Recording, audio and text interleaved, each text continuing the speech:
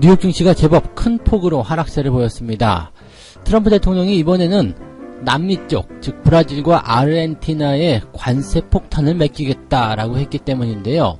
증시가 하락 출발을 시작하면서 장 마감까지 줄기차게 하락세를 보였습니다. 자, 이번에는 제법 전 세계적으로 확전되는 그런 분위기 때문이 아니겠느냐, 이런 얘기가 나오고 있고요. 자, 그리고 미중 무역 분쟁도 여전히 불안정한 모습을 보이고 있다고 합니다. 15일까지 합의가 이르지 못하면 관세를 매기겠다, 이런 얘기를 미국 상무부에서 또 했다고 합니다. 그래서 전체적으로 이제 분위기가 썩 좋지 못한 그런 상태로 가고 있다, 이 생각을 하시면 될 것 같고요. 자, 이런 과정 속에서 지금 홍콩에 대한 이야기 굉장히 큰 태풍으로 커지고 있습니다. 홍콩의 핵시트라고 혹시 들어보셨나요? 홍콩 쪽에서 자금이 유출을 하게 된다라면 이 홍콩에 자금이 빠져나가는 상황을 핵시트라고 하는데, 이것이 만약에 현실화된다라면 한국도 위태롭다라는 말이 나옵니다. 한국이 왜 홍콩의 자금 유출에 영향을 받게 되는지 그 내용들 알아보도록 합니다. 자, 이런 과정 속에서 글로벌 IB, 즉 전세계 투자은행들은 한국 증시가 저평가되어 있기 때문에 비중을 확대해야 된다라는 이야기를 하고 있습니다. 앞으로 한국 시장이 세계 시장의 중심이 될 것이다, 세계 시장의 회복을 이끌어갈 것이다, 이런 전망을 하고 있다는데요. 어떠한 근거로 이런 이야기를 했는지 알아보도록 하겠습니다. 네, 반갑습니다. 오늘은 12월 3일입니다. 시장이 굉장히 좀 불안정하네요.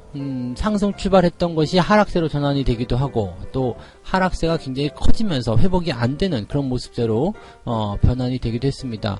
다우지수, 나스닥, S&P 500 전부 다 큰 폭으로 하락세를 보였고요. 유럽 증시도 같이 하락세가 진행이 됐습니다. 자, 전체적으로 이제 하락이 시작되기 시작한 부분들은 이제 트럼프 대통령이 남미 지역에도 관세를 투하하겠다, 관세 폭탄을 매기겠다라고 발언한 것에서 기인한다고 보시면 될 것 같은데, 남미 지역 같은 경우면 이제 브라질과 아르헨티나란 말이에요. 이 브라질과 아르헨티나에 철강 관세를 다시 부과하겠다라고 이야기를 했습니다. 그동안 이제 브라질하고 아르헨티나는 2018년이죠. 작년 여름 정도부터 철강, 알루미늄에 대한 고율 관세를 면제를 받아왔었는데, 이번에 관세를 다시 매기겠다라고 이야기한 내용은 뭐냐면, 이 브라질하고 아르헨티나가 자국 내 통화를 절하하면서 미국 농가에 불이익을 주고 있다. 그렇기 때문에 관세를 다시 부과하겠다, 이런 식으로 트위터에다가 또 밝혔다라고 합니다. 최근에 이제 브라질하고 아르헨티나의 주가 흐름이라든지 경제 성장이 조금 나오니까 여기에 대해서 딴지를 걸기 시작한 것인지 어떤지 그것에 대한 부분까지는 잘 모르겠습니다만, 남미 지역을 또 이렇게 걸고 넘어가는 것은 굉장히 좀 안 좋다라고 생각합니다. 실질적으로 이제 남미 지역에 관세를 매기는 것은 뭐 당장 경제적인 규모나 이런 부분에서 큰 영향을 주지는 않습니다. 그렇지만 남미 지역을 들쑤셨다라는 것은 뭐 유럽이 됐든 아니면 이머징 마켓, 또 우리나라, 또 다른 국가 쪽으로 이렇게 들쑤시고 다니는 그러한 형태의 모습이 나타날 수 있다는 얘기죠. 만약에 트럼프가 이것을 아무 생각 없이 그냥 자기가 생각난 대로 또 썼다라면 그것 역시도 문제가 되는 것 같습니다. 그러면 이거는 정신병 아니냐, 이렇게까지 얘기하는 사람들이 있기 때문에 지금 트럼프의 이런 행동들은 현재 시점에서는 그다지 그렇게 도움이 되지 못할 것 같아요. 어떻게 보면은 중국을 염두에 둔 그런 내용일 수도 있겠죠. 뭐 다른 나라에도 이렇게 매기고 있다 등등 이야기들을 하고 있고, 또 트럼프 입장에서는 또 하나의 생각을 해본다라면 내년도 재선을 위해서 주가 상승이라든지 또는 다른 나라들을 계속해서 억압하는, 즉 미국의 어떤 강대한 힘, 권력, 이런 것들을 계속해서 미국 국민들에게 이야기하는, 또 그런 과정에서 우리는 미국 농민들을, 또 우리 미국 사람들을 굉장히 좀 우대하고 있다, 자국민들을 굉장히 생각해주고 있다, 이런 식의 어떤 뉘앙스를 풍기려고 하는 그런 모습이죠. 다분히 이제 정치적인 이슈라고 좀 보시면 될 것 같은데, 이런 정치적인 이슈를 자국 내 국민들이 살기 좋게 만든다거나 뭔가 경기적인 부분들이 좋아지게 만드는 쪽으로 가야지 이런 것들이 대접을 받는 것이지, 이렇게 뭐 다른 나라들을 억압하고 그렇게 힘을 가지고 힘의 논리로서 하게 되면은 오히려 반대적인 부작용만 커지지 않을까라고 생각이 됩니다. 트럼프 대통령이 지금 이러한 그 무역 분쟁의 어떤 확전, 전 세계를 상대로 한 이런 부분들은 그동안 세계 경제를 너무나 힘들게 만들었기 때문에 이것은 이제는 좀 멈춰야 되는 것이 아닌가라는 생각을 조금 해볼 수가 있겠습니다. 자, 그러면서 이제 금리에 대한 이야기도 했죠. 이렇게 다른 나라들이 자국 내 통화를 절하하면서 미국에 대해서 혜택을 누리고 있는데, 그렇기 때문에 연준도 또 금리를 더 내려야 되는 거 아니겠느냐라고 또 금리 인하에 대한 그런 강압을 또 촉구를 하게 됩니다. 어떻게 보면은 이런 금리 인하를 더 만들어내기 위해서 경기부양책을 쓰기 위해서 다른 나라들을 압박하고 있는 것인가 라고 생각이 들기도 하고요. 여러 가지 의도에 대한 그 다각적인 분석이 일어날 수 있겠습니다만, 어쨌건 트럼프의 이런 행동은 그다지 썩 지금은 시기가 좋지 않다. 이제는 마냥 응원하지만은 좀 못할 것 같은 그런 느낌이다 라고 좀 보셔야 될 것 같죠. 자, 그 다음에 중국과의 어떤 무역 협상, 굉장히 좀 불안정한 모습이 나타나고 있습니다. 지금 현재 홍콩의 이야기도 해드리긴 하겠습니다만, 중국에서는 이제 홍콩에 미군 군함하고 그 다음에 함재기의 입항을 허용하지 않겠다. 이렇게 나왔어요. 이것은 이제 그 인권법 서명에 대한 그런 그 뭐랄까요, 제재 조치라고 봐야 되겠죠. 대응 조치 이런 식으로 보셔야 되겠죠. 이렇게 되면은 미국이 또 반발할 수도 있을 것 같기도 하고요. 근데 어쨌건 지금 중국 입장을 본다라면 그 자국 내의 그 내정에 지금 다른 나라가 간섭을 한 부분이기 때문에 이런 정도는 중국이 충분히 해야 될 일이다라고 좀 볼 수 있을 것 같아요. 뭐 공산당 싫어요라든지 뭐 공산당 체제는 물러가라. 네, 공산당의 어떤 억압적인 부분들 이러면 안 된다라고 이야기하겠습니다. 그것은 당연히 맞는 말이에요. 그렇지만 그렇다고 하더라도 뭐 맞잖아요. 그 아무리 뭐 인권적인 부분들이 있다고 하더라도 그 나라의 일이기 때문에 거기에 대해서 어느 정도의 어떤 그런 그 언론적인 플레이라든지 또는 권고사항 이런 정도는 할 수 있겠습니다만, 이렇게 법까지 만들어 가지고 직접적으로 관여한다라는 것은 중국 입장에서는 굉장히 불쾌할 수 있는 내용이겠죠. 그래서 그런 부분들이 일단 상당히 좀 부담스러운 그런 상황이 좀 되었다라고 보시면 될 것 같고요. 또 한 가지는 미국에서는 15일까지 미중 무역 분쟁을 끝내야 할 것이다. 그렇지 않으면 고율의 관세를 부과할 것이다. 중국 너희들 준비해라. 이런 식으로 얘기가 나온 상태고요. 중국에서는 미국과 중국이 1단계 무역 협상에 이르려면 어떠한 합의든 만들어내기 위해서는 일단 기존 관세를 철폐해야 된다. 이렇게 되어 있습니다. 평행선이 계속 그려져 가고 있는 상황입니다. 그렇기 때문에 지금 현재 시점에서 본다라면 서로 입장 차이가 뭐 조금씩 주고받는 듯한 모습은 좀 있었잖아요. 그런데 그런 부분들이 다시 또 원점으로 돌아가는, 여전히 이제 그런 부분에서 합의가 잘 안 되고 있는 그런 내용인 것 같아요. 중국은 어떻게든 이번 1차 협상에서 조금 더 가벼워지려고 하는 모습인 것 같고요. 미국은 그런 카드를 놓치지 않으려고 하는 그런 모습인 것 같습니다. 이 부분에 대해서는 네, 올해 안에 타결을 보기가 좀 어렵지 않겠는가라고 일단은 전망을 해드렸는데, 그런 부분이 조금 더 확실시 되어가고 있는 것 같아요. 지금 날짜는 계속해서 갈 거란 말이죠. 뭐 극적인 타결 이런 것들을 기대할 수도 있겠습니다만 시간이 굉장히 좀 촉박하죠. 지금 15일이면은요 이제 2주가 채 남지 않았단 말이에요. 그럼 이 2주가 채 남지 않은 상황에서 날짜를 특정하고 장소를 잡아내고 합의에 도장을 찍는다. 상당히 어려운 일이죠. 그러면 아마도 이제 올해는 그런 정도의 어떤 분위기, 해결을 위한 어떤 장소나 날짜 섭외 이런 것들이 좀 필요할 것 같고, 15일날 예정되었던 관세는 뭐 그런 것들에 대한 제스처를 통해서 극적인 연장이라든지 뭐 이런 쪽으로 가야 되지 않을까.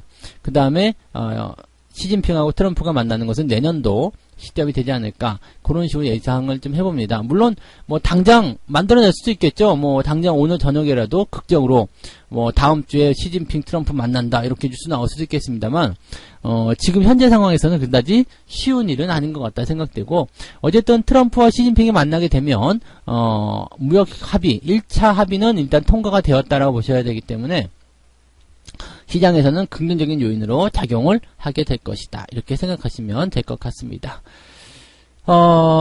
경제지표 잠깐 살펴보시면은요, 중국의 차이신, 제조업 구매관리자 지수를 보게 되면 51.8이 나왔습니다. 그래서, 이거는 좀 긍정적으로 발표가 됐네요. 그 다음에, 공식 PMI 지수도 50.2. 그래서 일단 중국 그 경제가 7개월여 만에 다시 확장 국면으로 전환이 되었다. 이렇게 볼 수도 있겠습니다. 전체적으로 나오는 부분들은 뭐 중국 쪽에서는 경제의 어떤 침체 우려감들이 조금은 감소되었다라고 볼 수는 있겠네요. 자, 지금 재료가 워낙 그 불확실한 모습들이 많기 때문에 현재 시점에서는 이렇다 저렇다 할 만한 내용들을 딱 집어내기가 굉장히 어려운 상태인 것 같습니다. 일단 해결돼야 되는 문제, 관세에 대한 부분이겠죠. 그리고 무역 분쟁, 이거 해결돼야 되는데 트럼프가 계속 이쪽 저쪽 쑤시고 다니는 상태에서 중국과의 관계가 해결되지 않은 상태라면은 이것은 계속 투자자들에게 불안정한, 불확실성을 줄 수밖에 없다라고 보셔야 될 것 같습니다. 자, 그래서 요거는 이제 일단 악재라고 좀 볼 수 있겠는데 협의에 대한 부분들이 계속 이루어지고 있기 때문에 일단 당장 언제라도 그런 것들에 대한 내용이 나오기만 한다라면 시장은 돌아설 수 있는 준비가 되어 있다라고 보시면 될 것 같고요. 여전히 불안정한 모습 속에서 불안정한 흐름들을 이어가고 있기 때문에 거기에 대한 내용들을 한번 참고해 보실 필요는 있겠습니다. 자, 그 다음에 두 번째 이야기는요, 홍콩 이야기 좀 해드려야 될 것 같아요. 홍콩에서 핵시트라는 것이 일어날 것이다. 핵시트라는 것은 이제 홍콩에서 자금을 유출하는 그런 내용이라고 보시면 되겠습니다. 홍콩이 이제 아시아의 금융 허브라고 되어 있죠. 근데 이번에 이제 홍콩 인권법에 대해서 트럼프 대통령이 서명을 하고 나서부터는 홍콩 지수가 굉장히 크게 하락을 한 모습이 좀 나타났고요. 그 다음에 중국 상해지수, 대만지수, 그 다음에 한국 코스피도 제법 많이 하락을 했습니다. 미국 증시만 좀 많이 하락 안 했어요. 네, 미국만 별거 없다 생각했을 수도 있겠는데, 어쨌든 이런 부분들이 나타나게 되면서, 홍콩 지역에서 이제 자본 유출이 일어날 수도 있다. 이런 식으로 예상이 좀 되고 있는 모습인 것 같습니다. 인권법에 대한 이야기 계속 해드리고 있습니다만은, 뭐, 일단 계속적으로 홍콩에서의 어떤 인권을 침해한 부분이 일어나게 된다면, 그 책임이 있는 인사들에 대해서, 미국 비자 발급이 거부된다든지, 또는 이제 지금까지 유지해주고 있었던 관세나 투자, 무역, 이런 것들에 대한 특별 지위를 유지시키지 않겠다. 그냥 지위를 격화시키겠다라는 얘기가 돼버리기 때문에, 이렇게 되면은 홍콩의 어떤 경제적인 규모라든지 이러한 내용들이 상당히 좀 지위가 흔들릴 수 있는 상태가 벌어지게 되죠. 이게 왜 문제가 되냐면 중국 입장에서는 이것이 흔들리게 되면 그동안 외화벌이라든지 이런 것들을 해왔었던 이 홍콩으로의 어떤 자금을 이제 돈을 벌어들이는 그런 장사가 잘 안 될 수가 있다라고 보셔야 되는 거죠. 아니 뭐 안 될 수가 있다가 아니라 안 되게 되는 거죠. 그래서 중국 입장에서는 그동안 뭐 1,000만 원을 벌었다 그러면은 이제 500만 원, 400만 원 이렇게밖에 벌지 못하게 되는 상황이 벌어지기 때문에 경제적인 측면에서 상당한 손해를 볼 수가 있겠죠. 자, 그런 것들 때문에 이제 중국은 더 격분했을 거라고 생각합니다. 일단 뭐 두 가지 문제라고 봐야 되겠죠. 홍콩의 어떤 경제적인 부분을 가지고서 미국이 쥐고 흔든다. 왜 우리나라의 도시를 가지고 너희들이 흔드느냐. 이런 부분을 첫 번째로 꼽았다고 보시면 될 것 같고요. 두 번째 같은 경우는 이제 분리독립에 대한 내용이겠죠. 홍콩은 지금 민주화적인 부분들, 민주주의로 계속 가자. 그래서 중국과는 다른 체제를 계속 유지해야 되고 여기서 떨어져 나가자. 이런 식의 움직임까지 나오고 있다고 합니다. 이게 어떻게 보면은 굉장히 큰 건수라고 보셔야 되겠죠. 중국은 지금 홍콩을 흡수하고 나서 경제적인 부분 때문에 일단 양체제로 놔뒀다고 보시면 되는 거거든요. 그러다가 이제 홍콩을 뛰어넘는 그런 경제적인 체제를 중국 심천이라든지 상하이라는 이런 도시들이 다 지금 홍콩을 뛰어넘는 상태가 됐잖아요. 그렇게 경제 발전 이렇게 만들어내게 되면서 홍콩이라는 그 도시에 대한 어떤 금융적인 부분들을 지금 중국 쪽으로 의존도를 굉장히 높여놓은 상태예요. 그렇게 되기 때문에 홍콩에 대한 부분들을 이제는 흡수할 수 있는 상황이 되었다. 즉 공산화 쪽으로 흡수할 수 있게 되었다라고 생각을 하고 있었을 텐데 갑자기 이런 문제들이 터져 나오니까 여기에서 이제 조금 당황하지 않았을까라고 생각이 좀 됩니다. 그런데 이것을 가지고 지금 미국이 홍콩 편을 들고 있으니까 어떻게 보면 좀 뺏기는 느낌 이렇게 나올 수도 있겠고요. 홍콩이 만약에 여기서 분리된다라고 생각한다면 중국으로서는 상상도 할 수 없는 그런 얘기가 되겠죠. 자, 홍콩만의 문제가 아닐 테고요. 대만도 일단 문제가 될 테고요. 그 다음에 또 뭐 티베트 지역의 뭐 독립, 소수민족들의 어떤 독립 이런 것들도 전부 다 나올 수 있다는 얘기입니다. 대만 같은 경우는 뭐 이미 국가 체제를 유지하면서 나가버렸기 때문에 어떻게 안 되겠습니다만 결과적으로는 중국은 하나의 중국이라는 이야기를 하게 되면서 대만이란 말도 아예 못 쓰게 하죠. 타이완 이런 거 국가를 인정하지 않고 있다는 얘기입니다. 그래서 지들 마음대로 이렇게 하고 있는 모습이긴 한데 현재 이런 내용들이 이제 중국이 공산화가 없어지면 돼요. 네. 공산당이 없어지고 그냥 민주주의로 이 국가 체제가 변화가 돼버리면은 그냥 끝나버리죠. 그러니까 소련이 러시아로 바뀌었던 것처럼 이렇게 국가가 아예 체제가 바뀌어버리게 된다라면 큰 문제가 없어요. 근데 지금은 공산 체제를 유지하면서 장기 집권 쪽으로 가려고 하는 움직임, 이 사회주의의 어떤 모습이기 때문에 이 정치 체제에 대한 이념에 대한 부분들이 지금 충돌을 보여주고 있다고 보시면 되겠죠. 어쨌든 이런 상태가 벌어지게 되면 홍콩 쪽에서 이제 자금이 유출하게 됐을 경우에 우리나라는 어떤 영향이 있겠느냐? 홍콩에 우리나라의 수출이 상당히 많습니다. 우리나라가 지금 460억 달러 정도 작년에 수출했다고 그러죠. 그리고 반도체 수출이 특히 많다라고 하는데 홍콩의 경제가 휘청거린다 이렇게 된다면 반도체 수출이 격감할 수밖에 없는 상태가 나올 수밖에 없겠죠. 네, 그 다음에 또 홍콩 지수를 그 기초자산으로 한 ELS가 굉장히 많아요. 뭐 최근에 지인들도 보면은 ELS에 투자한다 이런 얘기를 하지만은 이 기초자산이 대체적으로 홍콩 지수를 기초로 한 부분들이 많기 때문에 이게 만약에 급락세를 보여버린다 이렇게 된다면 굉장히 큰 피해로 연결될 수가 있겠죠. 그래서 이런 내용들은 네 아무래도 이제 우리나라 쪽에는 불안정한 모습이 나오겠죠. 어쨌든 중국, 네 홍콩 전부 다 이제 우리나라에게는 상당히 피곤한 네 그런 국가들인 것 같습니다. 국가라고 봐야 되나요? 네 홍콩도 같은 국가니까 어쨌든 중국이라고 봐야 되겠네요. 중국이 우리에게 상당히 좀 피해를 많이 주고 있다 이렇게 생각을 하시면 될 것 같습니다. 이 부분이 이제 어떻게 될 것이냐라는 것은 이제 아직까지는 잘 모르겠습니다. 현재 시점에서는 뭐 타협점을 찾지 못하고 있는 상태죠. 뭐 체제냐, 그죠?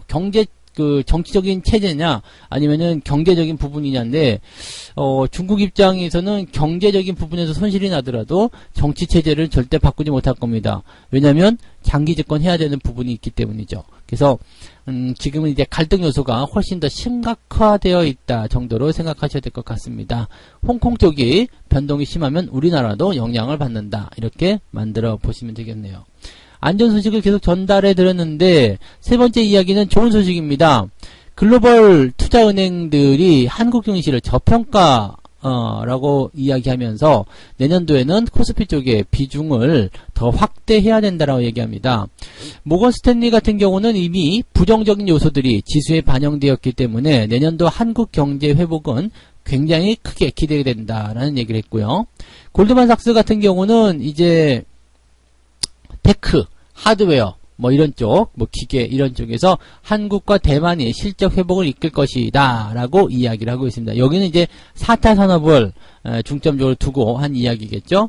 자, 그 다음에 JP모건 같은 경우는 한국은 내년 초까지 비중을 확대할 핵심 시장 중에 하나이다 라고 이야기를 했습니다. 지금 보시면은요, 이 글로벌 투자은행, 그 메이저급이죠. 메이저 투자은행들이 한국 증시에 대해서 이렇게 평가를 했다라는 것 같은 경우는요, 한국 증시가 그동안, 다른 나라들이 올라간 것만큼 따라가지 못했다는 얘기가 될 수 있습니다. 우리나라 증시, 코리아 디스카운트라는 얘기 많이 들어보실 텐데, 우리나라 증시가 여기 못 가는 이유들은요, 지리적인 이유, 그 다음에 의존도, 이런 것들이 많습니다. 앞서서도 말씀드렸지만, 홍콩이라든지 중국 쪽에 의존하고 있는 한국의 그런 어떤, 그 무역적인, 경제적인 의존도가 굉장히 높은 편이죠. 미국 같은 경우도 마찬가지고, 미국, 중국이 없으면 사실 우리나라 같은 경우도, 상당히 어떤 그 성과를 만들어내기 어려운 그런 부분이라고 보셔야 되겠죠. 그래서, 지금 이렇게 의존도, 무역 의존도라든지 경제적인 의존도가 굉장히 높은 상태라는 것도 하나의 어떤 변수였을 테고요. 또 한 가지 이제 북한과의 어떤 관계들. 뭐 우리는 전혀 걱정하지 않고 있습니다만 외국에서 바라보기에는 전쟁이 언제라도 일어날 수 있는 그런 위험한 국가로 평가를 받고 있다는 얘기입니다. 그래서 지리적인 어떤 불안감들 이런 것들도 나왔을 테고요. 또 한국 시장의 가장 큰 그 핵심 축이라고 볼 수 있는 이런 자동차라든지 또는 반도체 이러한 어떤 산업들이 그동안 좀 주춤했잖아요. 그래서 시장 자체가 올라가기가 좀 어려웠었던 그런 부분이었고, 또 그냥 시장 내에서는 그런 그 메이저급 산업들이 잘 가지 못하고 경기가 어렵다 보니까 매 그냥 중소형주들, 테마주들만 움직였었던 그런 내용들이 나오지 않았었을까라고 생각이 좀 듭니다. 자, 그런데 이제 그런 것들이 계속적으로 한국 증시를 억누르고 있었는데, 지금은 이제 오히려 다른 나라들의 어떤 그 점진적인 상승에 비해서 한국 증시의 상승이 너무 더뎠다. 그래서 오히려 저평가된 국면이 심하기 때문에 못 올라간 주식들은 키 맞추기를 하기 위해서 다른 국가들이 못 갈 때 한국 증시가 더 올라갈 것이다. 라고 얘기들을 하고 있는 거죠. 또 신흥국들이라든지 전 세계 증시의 어떤 상승 동력을 한국 시장이 이끌어가게 될 것이다. 약간 이제 주도주적인 업종으로 이야기를 하고 있는 모습이겠죠. 그래서 전체적으로 이제 많이 좋아질 것이다. 라는 전망들을 하고 있고요. 이 전망 자체를 그냥 살짝 좋아지는 것이 아니라 굉장히 많이 좋아질 것으로 이야기들을 다 입맞춰서 하고 있기 때문에 무언가 의도가 있는지 없는지는 잘 모르겠습니다만 한국 증시에 대한 어떤 투자 판단들은 굉장히 좋게 나오고 있고 리포트도 잘 나오고 있다. 뭐 자기들이 팔아먹기 위해서 한국 증시를 이용한다. 뭐 이렇게 생각하실지도 모르겠습니다만 지금 올라온 것이 없는 상태에서 자기들이 팔아먹기 위해서 이용하지는 않은 것 같고요. 외국인들이 뭐 지금 어느 정도 많이 팔았다라고 얘기하더라도 그 기간적인 부분들이 뭐 그게 길지 않고요. 그 다음에 고점에서의 단기적 차익 매도일 뿐이지 이게 전체적으로 시장을 갖다 때리는 그런 형태의 모습은 아니라는 것을 우리가 생각해 주셔야 될 것 같습니다. 자, 그렇게 해서 지금 우리가 판단해 본다면 한국 증시는 여전히 바닥권입니다. 그래서 다른 국가들의 어떤 차트, 미국이라든지 이런 차트를 보게 되면 이제 사상 최고가 내면서 막 달려가는 모습인데 그런 주도 국가들의 어떤 움직임이 살짝 꺾일 때 오히려 한국 증시에 대한 그런 기대감들이 더 커지지 않겠느냐 이런 식으로 우리가 풀이를 해볼 수가 있겠다 생각하시면 되겠죠. 그래서 글로벌 투자은행들은 한국 증시에 대한 저평가 매력도를 높게 보고 있다 정도로 우리가 말씀을 드릴 수가 있겠습니다.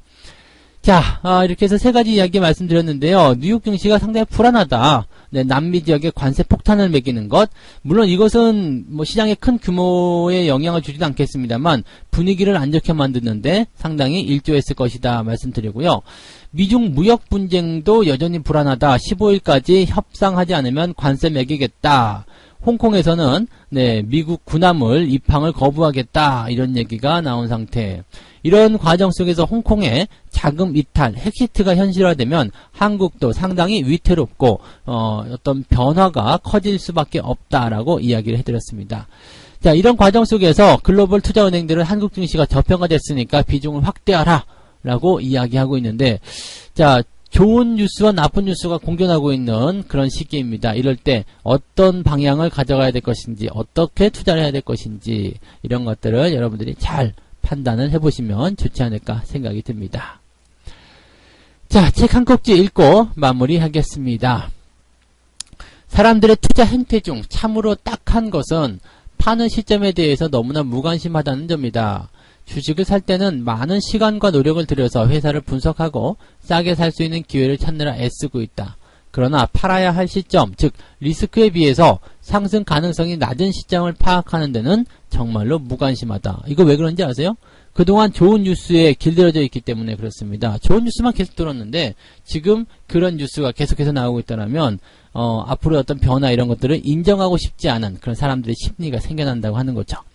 자, 팔아야 되는 시점, 우리가 고점에서 팔지 못하는 것, 좋은 뉴스가 많이 들리기 때문이고 이미 내가 거기에서 수익을 많이 보고 있기 때문에 좋은 생각만 가지고 있어서 그렇습니다. 조금 더 물러서서 객관적으로 시장을 바라보면 상황이 다르게 보인다는 것 다시 한번 말씀을 드려야 될 것 같네요. 자, 오늘 여기까지 이야기해드립니다. 오늘도 아마도 쉽지 않은 장세가 나올 것 같네요. 변동성 좀 제법 나오고 생각되니까 여러분들 변동성에 너무 휘둘리지 않도록 주의해 주시기 바라고요. 여러분 오늘도 힘내시고 좋은 성과 만들어 가시기 바랍니다. 저는 다음 시간에 다시 올게요. 고맙습니다.